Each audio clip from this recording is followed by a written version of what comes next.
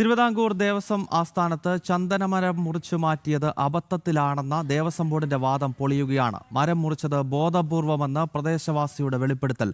ചന്ദനമരമാണ് മുറിക്കരുതെന്ന് കരാറുകാരോട് ആവശ്യപ്പെട്ടിട്ടും കേൾക്കാൻ കൂട്ടാക്കിയില്ലെന്ന് പ്രദേശവാസി സുനിൽ ജനം ടിവിയോട് പറഞ്ഞു.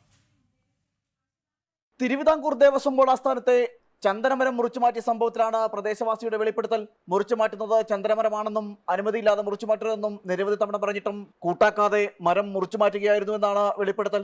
ഇത് ക്യാൻറ്റീൻ വൃത്തിയാക്കണമെന്നും പറഞ്ഞ് ഇവിടെ കയറി ഒരു 4-5 പേര് കയറി വന്നിരുന്നു. പക്ഷെ നമുക്കിത് അറിഞ്ഞൂടായിരുന്നു. ഞാൻ സ്ഥലവാസിയാണ്. പക്ഷേ ഇവിടെ ചന്ദനം മുറിക്കാൻ സമയത്ത് ഞാൻ പറഞ്ഞു ഇത് ചന്ദനമാണ്, 10-60-70 വർഷം പഴക്കമുള്ളതാണ്, ചന്ദനം മുറിക്കാൻ പാടില്ലെന്ന് പറഞ്ഞു. അപ്പോൾ പറഞ്ഞു ഇല്ല, ഞാൻ ഇവിടുത്തെ അധികാരിയിൽ നിന്ന് ഓർഡർ വാങ്ങിച്ചിട്ടുണ്ടെന്ന് പറഞ്ഞു. അപ്പോൾ ഞാൻ പറഞ്ഞു ഏത് അധികാരി എന്ന് കേട്ടപ്പോൾ പറഞ്ഞു സെക്രട്ടറിയും ദേവസ്വം ബോർഡ് സെക്രട്ടറിയും പ്രസിഡന്റിൽ നിന്നൊക്കെ അധികാരം വാങ്ങിച്ചിട്ടുണ്ടെന്ന് പറഞ്ഞു. അങ്ങനെ ഞാൻ ഈ മുറിക്കുന്ന സമയത്ത് ഞാൻ ഫോട്ടോ എടുത്തിട്ടുണ്ട്, അത് എൻ്റെ കയ്യിലുണ്ട്. പിന്നീടാണ് ഫോറസ്റ്റുകാരും പോലീസുകാരും എല്ലാം വന്നത് വൈകിട്ട്. എന്നിട്ട് രാവിലെ മുറിക്കാൻ സമയത്ത് ഞാൻ പറഞ്ഞു ഈ കൊമ്പ് മുറിക്കില്ലെന്ന് 100 തവണ പറഞ്ഞിട്ട് അവർ കേട്ടില്ല.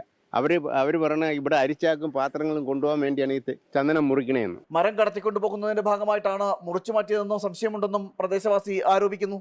ഇവിടെ നമ്മൾ ആരും അറിഞ്ഞില്ലെങ്കിൽ എടുത്തോണ്ട് പോയാനവന്മാർ 10-80 വർഷം പഴക്കമുള്ളതാണ്, കട്ടൻ തറയിൽ നിൽക്കുന്ന ചന്ദനമാണ്. ഈ മാസം 9-ാം തീയതിയാണ് തിരുവിതാംകൂർ ദേവസ്വം ബോർഡ് ആസ്ഥാനത്തെ ചന്ദനമരം മുറിച്ചു മാറ്റിയത്. ക്യാന്റീനിലെ അറ്റകുറ്റപ്പണിക്കെത്തിയ കരാർ തൊഴിലാളികൾ മരം മുറിച്ചു മാറ്റുകയായിരുന്നു. മൈലാഞ്ചിയാണെന്ന് തെറ്റിദ്ധരിച്ചാണ് മരം മുറിച്ചത് എന്നായിരുന്നു വിശദീകരണം. മുറിച്ചു മാറ്റിയ ഭാഗങ്ങൾ ദേവസ്വം സ്ട്രോങ് റൂമിലേക്ക് മാറ്റിയെങ്കിലും തുടർ നടപടികൾ ഉണ്ടായിട്ടില്ല. അധികൃതരുടെ നടപടിയിൽ ദുരൂഹതയുണ്ടെന്ന ആക്ഷേപവും ഉയരുന്നുണ്ട്. ജനം, തിരുവനന്തപുരം.